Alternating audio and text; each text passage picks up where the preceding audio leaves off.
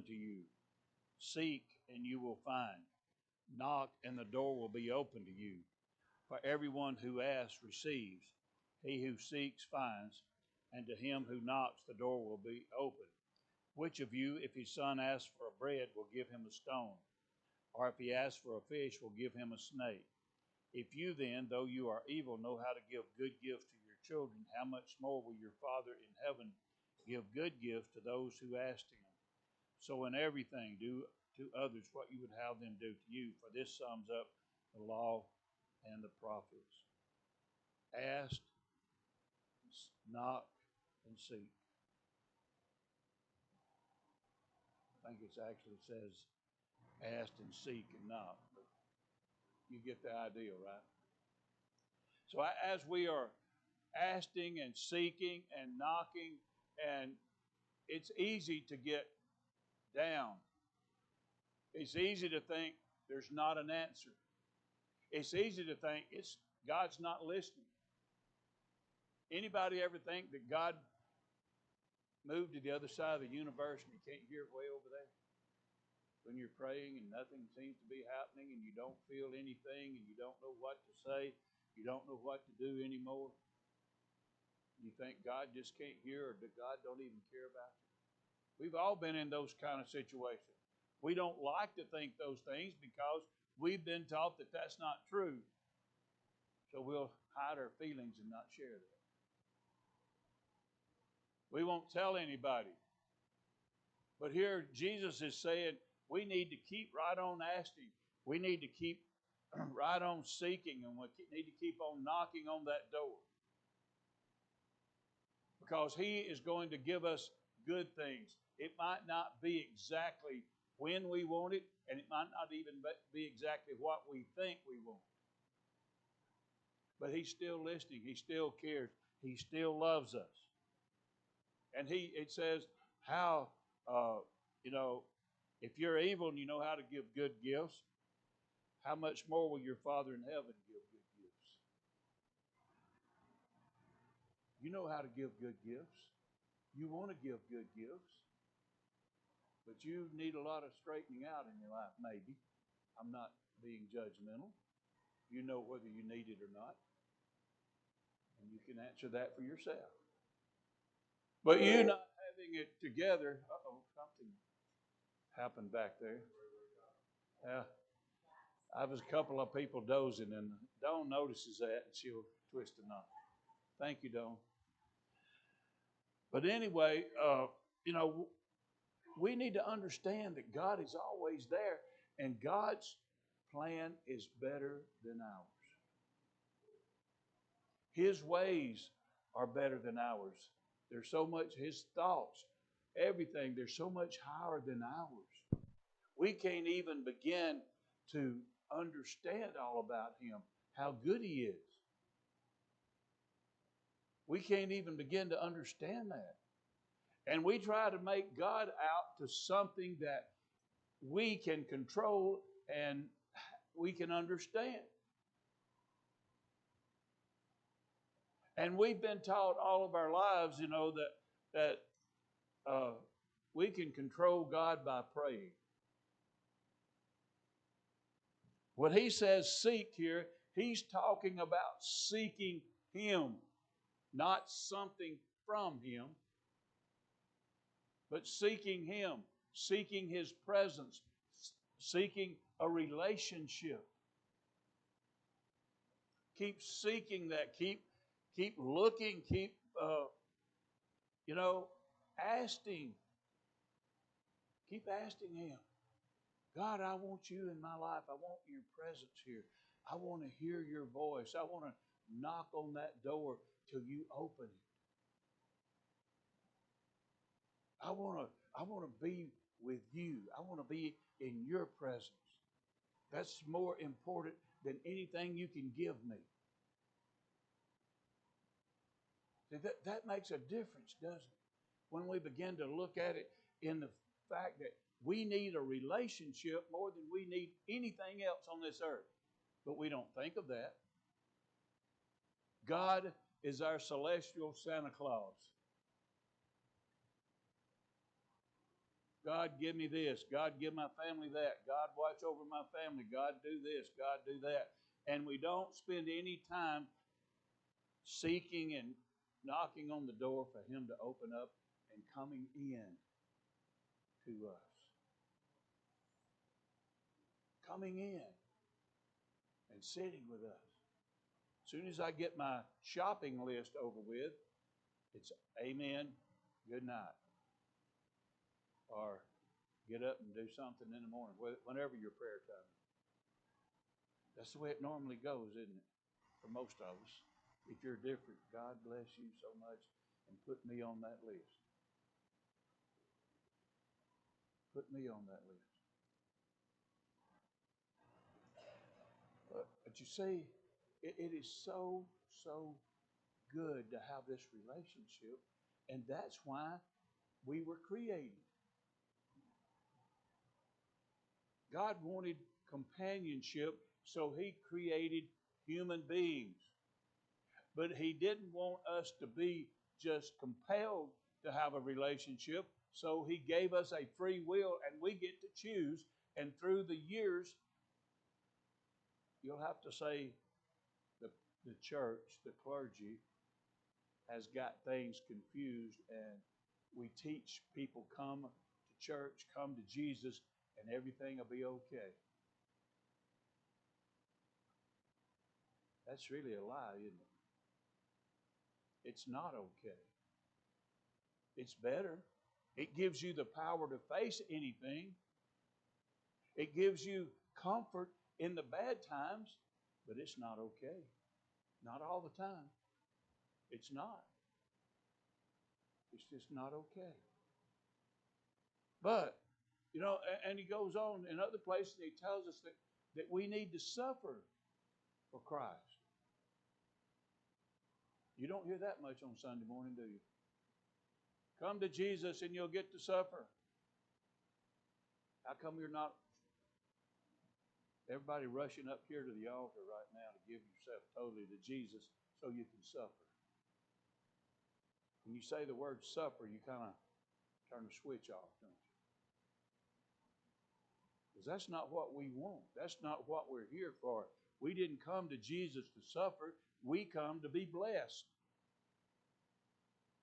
But when we begin to ask and seek and knock and begin to want His presence in our lives and begin to want that fellowship, we'll be blessed beyond measure.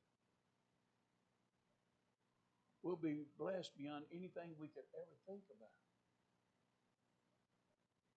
I know there was a lady I read about, she had a vision. And in that vision, she was sitting in front of Jesus looking at His face, just staring in His face. And she shared with her husband, she said, if I could just sit there and look at Jesus, I would never want anything else. I would never want anything. That was so peaceful and so good. Just looking in His face, the peace came over me that I've never had. Nothing in the world mattered in the presence of Jesus. Nothing mattered to her. Because she was in His presence. And that's something that we need to be seeking. We need to be asking for. We need to be knocking on that door so that what He said, I'll come in. Me and my Father will come in and we'll eat with you. We'll share a meal. Let me tell you something about the customs in the Middle East. You may already know it. When I was over there, we had a free afternoon, and I talked Bevan into walking around with me, and we went down by the cemetery, ran into this older guy, Palestinian, and I don't know where, he wouldn't tell me where he'd been digging, but he had a bunch of old coins that he wanted to sell. I did buy some from him, by the way. And but we talked, we made a deal for the coins, and I paid him, and everything was fine, and we just kept talking, and he said, how long you going to be here? And we were getting ready to, almost ready to go back. And I told him, and he said, well, if you come back to the cemetery, and I'll be here, and I'll have my wife fix a meal for you. I thought, man, that's great, you know. And but this is why you don't see peace in the Middle East. They have never invited each other to a meal. Do you know that if he invited me and I accepted and I came into his house, he was obligated to be friends with me for at least a year?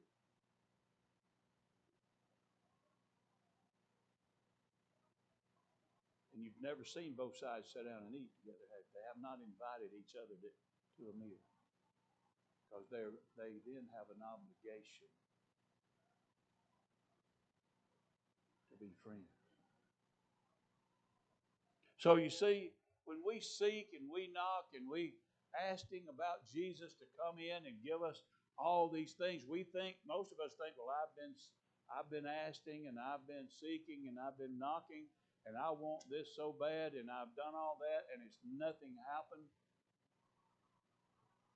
Reverse it around and begin to just seek after His presence. Seek after sitting there and listening to what He wants, what He would have you to do. Do you realize that in our church today, not this church and not even the Methodist church, not United Methodist or Global or any other Methodist, there's a large majority of the people who do not believe they can hear God's voice. Now, God's voice may not be audible. It might be an impression. It might be a thought you get. It might be something like that. It's not a, if it was this loud, booming voice like they have on the movies, all of us would pay attention. But it comes to us when we are taking the time, when we are seeking, when we want it, when that is the main thing in our lives, is to be in the presence of Jesus. It will happen. It does happen. We just have to continue. We just have to continue. Why? Because He says you're evil, but you give your children good gifts. And your Father what do you think He can do? Your Father in heaven, what can He do? Won't He give you good gifts? Won't He give you good gifts? It's pretty nice sometimes to receive a gift in the mail or UPS or FedEx or wherever. It's pretty nice for that gift to come. But isn't it a lot better when somebody gives you a gift in person? When they hand you that gift and they want to see your face and they want to watch you open it and they're as excited about it as you are. Well, think about God. Do you think He wants to give us things personally? Do you think He's not excited about watching us? Watching our response? Not being excited when we're excited? He loves us so much that He gave His Son to take our place.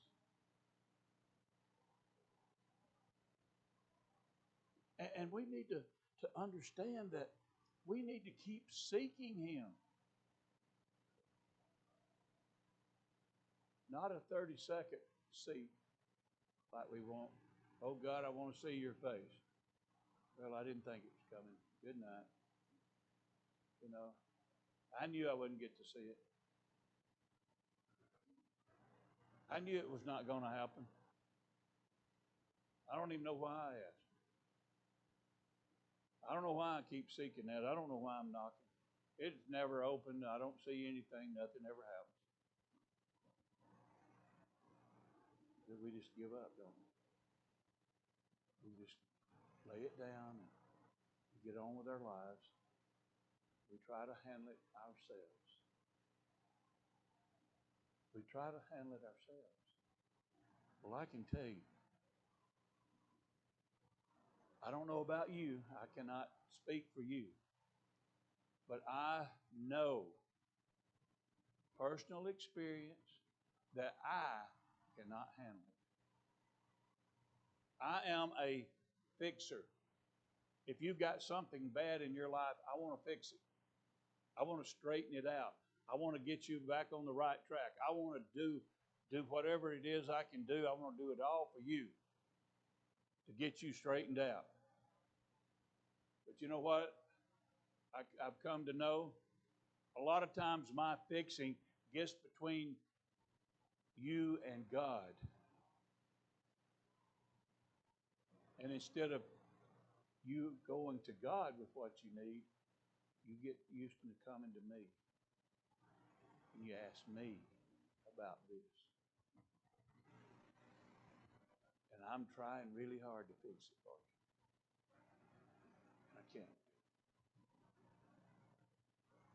But when I get out of the way and I get over here to the side and I begin to pray about what God can do and will do, and I let you go straight to God, He can fix things. He does fix things. He will come into your presence. He will speak to you in ways you never dreamed about. When I get out of the way, maybe you need to get out of somebody's way in your life. You know, maybe you need to get out of their way and let them go to God. Let Him be their God and not you. We don't like to think of it that way, do we? You don't want to be anybody's God, or I don't. But I've made myself that on more than one occasion. With my children, with my friends, with my church people. I come between them and God, and they begin to look up to me as their answer. Not their fault, mine. My fault. For stepping in between them and God instead of stepping to the side and letting God handle it, let them go to God. So it's time that we begin to really, really ask for His presence. It's time that we really, really seek His face. It's time that we really, really keep knocking on that door, keep knocking till our knuckles are raw, and just then keep knocking some more. So that, we can get to the point where we're listening and we're hearing and He's showing us. And I don't have to guess where I need to go today. I don't have to guess who I need to talk to. I know. That's hard for us to accept sometimes. It is. It's hard. It's hard for us to give up trying to fix everything, especially if you're a fixer. It's hard for us to let that go. But so far, in that song we're saying, even the impossible is your reality. Your impossible is not my reality. It's just as impossible for me as it is for you. And if it's impossible, I can't do anything about it. But God can. But God can. So, hey, in everything He goes on, it says, do to others what you would have them do to you. We need to be treating others like we want to be treated. We need to be giving them the same gifts that we would want. We need to be guiding them the way we want to be guided. We need to get out of their way and put them in the presence of God. Let them go straight to God. Not build up a wall between them and God. We become that wall sometimes. So, this morning, this morning? Are you ready? Are you ready to begin asking and seeking and knocking for the presence of God in your life? Are you ready to quit fixing, trying to fix, and let God fix things? Are you ready? Get us a song ready. Russ, you'll be happy. Not that Russ, the other Russ, be happy. He thought the sermon was going to be 49 minutes.